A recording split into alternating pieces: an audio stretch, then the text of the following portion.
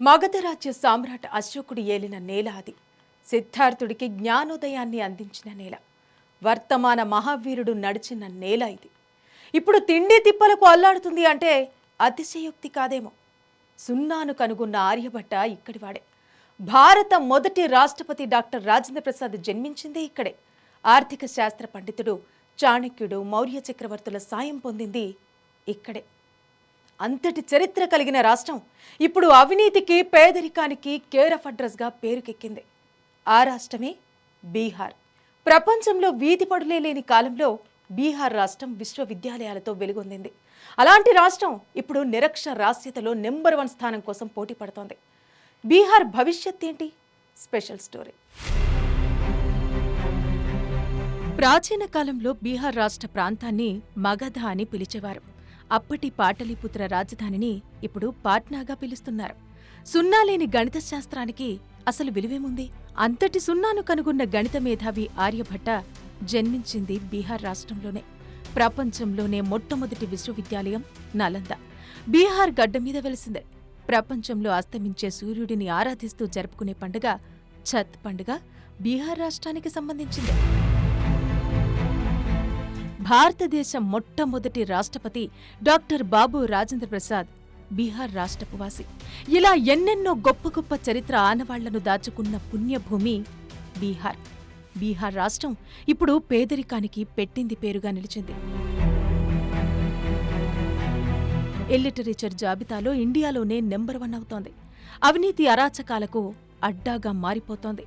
సత్తా లేని నాయకత్వం, ప్రశ్నించలేని మీడియా, పథకాలకు అలవాటు పడ్డ జనం బీహార్ అభివృద్ధికి అడ్డుకట్టగా మారిపోయాయి. వెనుకబడిన రాష్ట్రంగా ముద్రింపబడ్డ బీహార్ నుండి ఇండియాకు ఎక్కువ మంది ఐఏఎస్ ఆఫీసర్లు ఎంపికవుతూ ఉండటం ఇక్కడ ఆశ్చర్యాన్ని కలిగించే విషయం.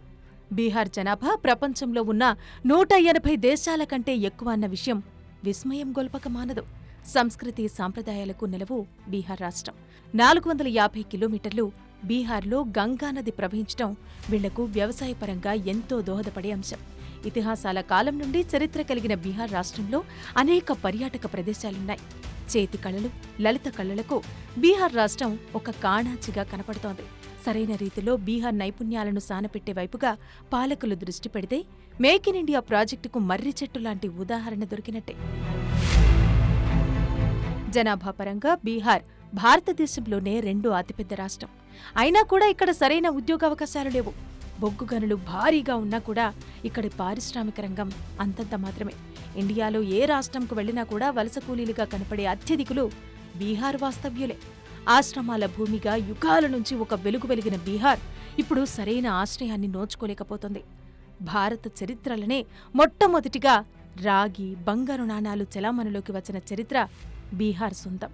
అంతటి ఫాస్ట్ ఫార్వర్డ్లో లైఫ్ స్టైల్ చూసిన బీహార్ ఇప్పుడు బ్యాక్వర్డ్ స్టేట్స్లో ఒక్కటిగా దశాబ్దాలుగా కొనసాగుతోంది.